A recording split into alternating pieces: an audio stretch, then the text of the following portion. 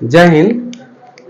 बीते कुछ समय से कोरोना के मामलों में कमी के चलते लोगों ने राहत का सांस लिया था, लेकिन तभी एक और वायरस ने आकर के लोगों की चिंता बढ़ा दी। दरअसल हम बात कर रहे हैं निपाह वायरस की, जिसके चलते वर्तमान में केरल में अलर्ट जारी किया गया है। ठीक है, आज हम जानेंगे निपाह वायरस से संबंधित विशेष चीजें, जैसे कि निपाह वायरस के संबंध में WHO क्या कहता है, ये खतरनाक कितना है निपाह वायरस।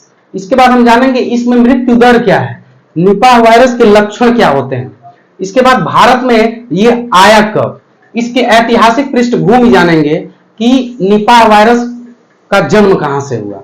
ठीक है, देखिए वर्तमान समय में केरल में बहुत तीव्र गति से निपाह वायरस फैल रहा है। ठीक है ना, केरल में बहुत तीव्र गति से निपाह वायरस फैल रहा है। WHO के अनुसार निपाह वायरस जो होता है चमगादड़ के लार से या चमगादड़ के पेशाब से फैलता है।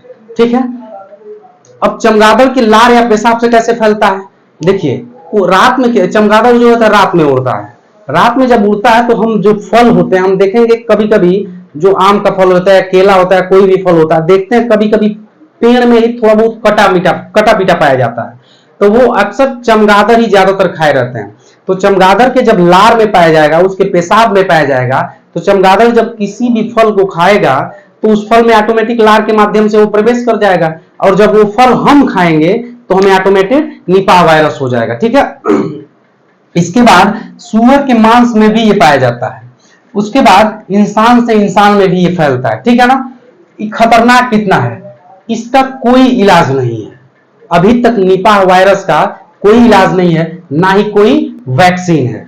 ठीक है, इसका मृत्यु दर 40 से 75% इसका मृत्यु दर है। इसका जो मृत्यु दर है 40 से 75% है। मतलब ये समझ लीजिए अगर 100 लोगों को निपाह वायरस होता है तो 70 लोग से 75 लोगों का मरना एकदम तय है। इससे 70 लोग से 75 लोग की जान जा सकती है इसमें। इसके बाद इसके लक्षण क्या होते हैं, इसके लक्षण है देखिए, बुखार, सर दर्द, खांसी, थकान, चक्कर। बुखार, सर दर्द, खांसी, थकान, चक्कर, इसके चलते आदमी इंसान कोमा में भी जा सकता है। ठीक है ना, इसके बाद भारत में आया कब, भारत में इसका पहला केस 2001 में आया था निपाह का।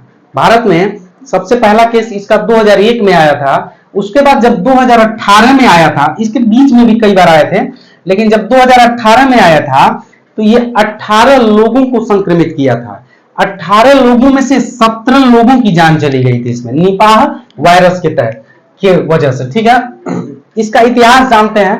सबसे पहले 1999 में मलेशिया में, 1999 में क्या हुआ था, मलेशिया में एक किसान था जिसने सुअर पालन किया था। ठीक है ना, और सुअर पालन की वजह से उस किसान को हुआ।